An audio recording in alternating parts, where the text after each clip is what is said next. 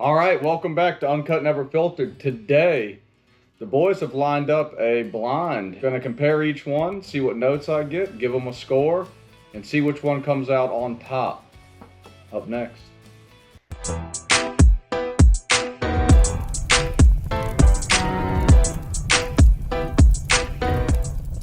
I'm excited to see this. I haven't had a Bourbonsk in 2 weeks, so this is a good way to get back into it and see if I can nail down some profiles.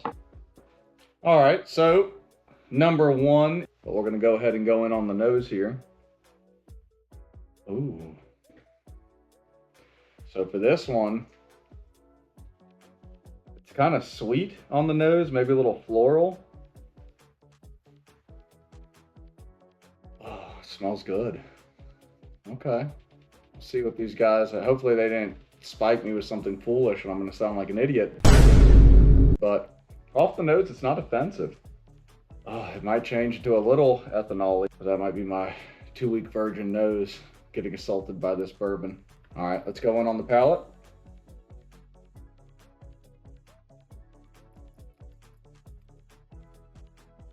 I'm not a fan so far. Yeah, this is. Let me get back in on the notes here. Gosh, my palate's actually quite offensive. Let me go back in one more time here.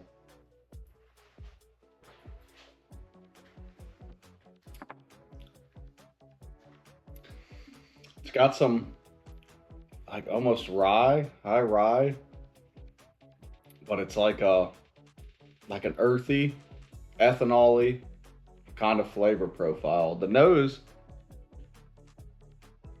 almost like confuses you because there is a sweetness in there, but the more you nose it, it comes through like stronger ethanol. I'd imagine this is a rye. I don't know. That's my guess right now. But I do not like it. Score right now, this is like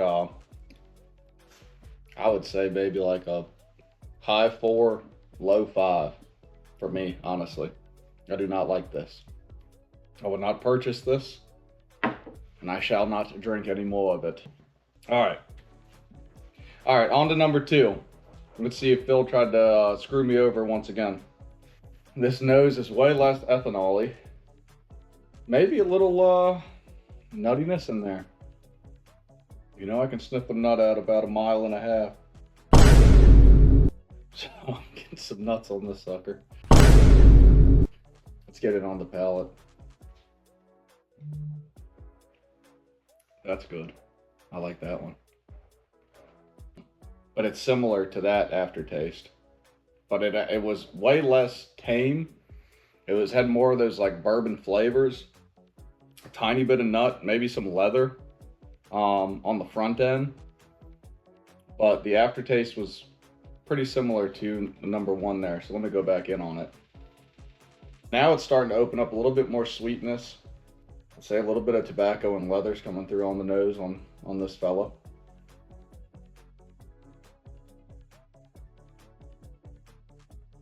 Yeah. The back end of the palate takes away from the good flavor of this one. I'd give this one, it's a little bit better, 5.8. I did not enjoy either of these. So I'm curious to see what the gentlemen have given me today. So while the scores weren't the highest, I mean, that score 5, it's good. It's okay. Yeah, it's I good. give it a high 5. Yeah. Are you glad that it's not allocated and just a normal shelfer? Yeah, I don't think either should be allocated.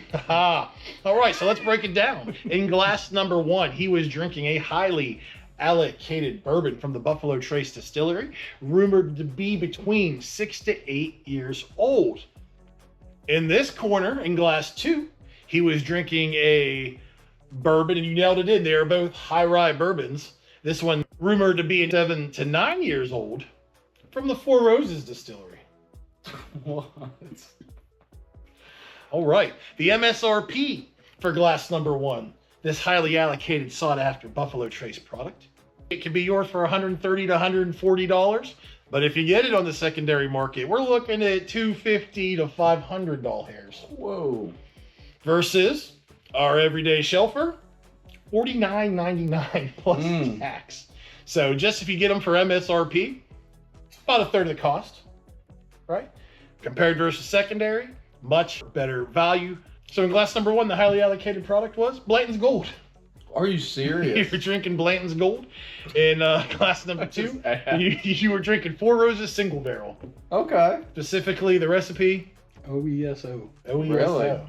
But that checks out for me, and I'll be honest. The one, I've never been huge on the Four Roses. I know a lot of people love it, but I tell you what, this confirmed to me is I do not like rye.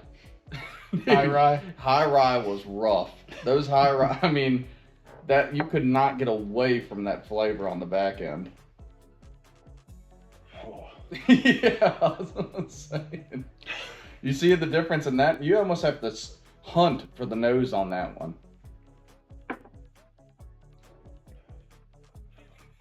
I've gone on record time and time again.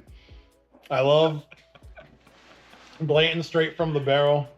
This is ass. Yeah. Straight ass, homie.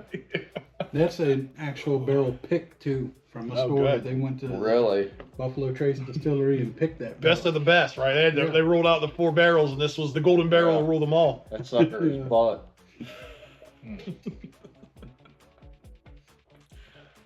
Oh, yeah. Yeah. I mean, it's different. But do you get that on the back end of the palate? That it's, I guess it's just that High-Rye where it completely overpowers the palate at the end. And typically with a High-Rye, you get some, you said it, floral and herbal type flavors on a High-Rye. This one's muted by that recipe, that particular recipe. You get a lot of sweetness too. So there's like a merging of 2 worlds right there. And maybe not the best recipe out of them all, but still, I prefer that all day long.